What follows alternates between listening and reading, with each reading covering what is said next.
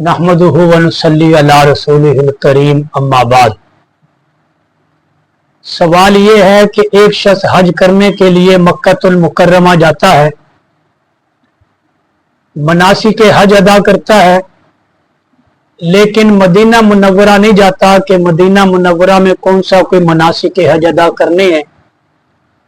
या मदीना जाना कौन सा कोई फर्ज या वाजिब है।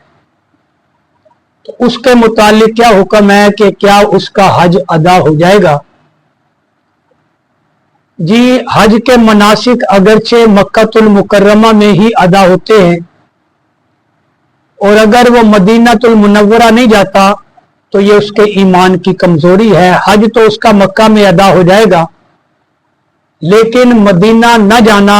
उसके ईमान की कमजोरी है, इश्क रसूल की कमजोरी है। क्योंकि आप सल्लल्लाहु अलैहि वसल्लम ने फरमाया कि जो शख्स हज के लिए मक्का आए उसको चाहिए कि वो मेरी कब्र पर भी हाजिरी दे, और जिसने मेरी कब्र की जियारत की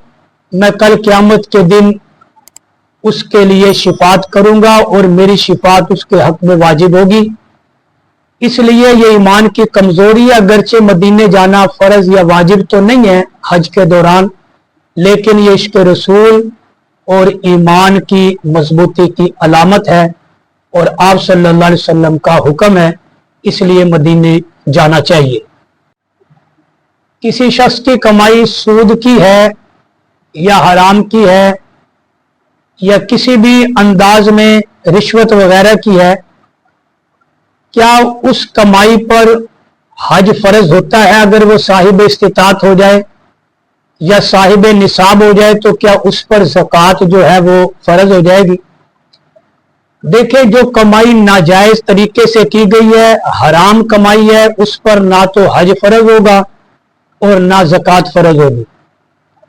और ना सदका करने पर उस पर कोई सवाब मिलेगा। क्योंकि नाजायज और हराम कमाई पर वो जितनी भी सदका खैरात करे, लोगों के साथ हमदर्दी करे, लोगों की जरूरतें पूरी करे, उस पर कोई सवाब नहीं है, क्योंकि उसने वो अल्लाह के हुक्म की मुखालफत करते हुए कमाई की है।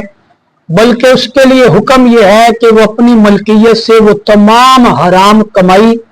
बगैर सवाब की नीयत से जो है वो गुराबा में मुस्तहिकीन में तकसीम कर दे कि उसकी मलकियत से वो हराम कमाई निकले। तो अल्लाह चाहे तो उसको सवाब दे सकता है, लेकिन उसकी नीयत में हराम कमाई पर सवाब नहीं होगा। किसी साहिब इस्तिताअत पर हज फर्ज हो गया, अब उसके पास माल मौजूद है हज करने के लिए, लेकिन कोई दूसरा शख्स उसको हज करवा देता है अपने खर्चे पर, तो अब किसी दूसरे के खर्चे पर किए हुए हज से उस पर जो हज फर्ज हुआ था अपनी कमाई पर, क्या वो हज साकित हो जाएगा या वो हज उसके जिम्मे बाकी रहेगा। तो इसमें ये बात और ये शर्त है कि जिसने हज करवाया है उसको अपने खर्चे पर, अगर तो उसने हज्जुल बदल करवाया है कि अपनी तरफ से करवाया है या किसी मुस्तहिक की तरफ से करवाया है, फिर तो उसके जिम्मे में वो जो हज उस पर फर्ज हुआ था अपनी कमाई पर वो बाकी रहेगा, वो साकित नहीं होगा। और अगर उसने जो खर्चा दिया है कि आप हज करें, वो उसको मलकियत कर दिया उसकी,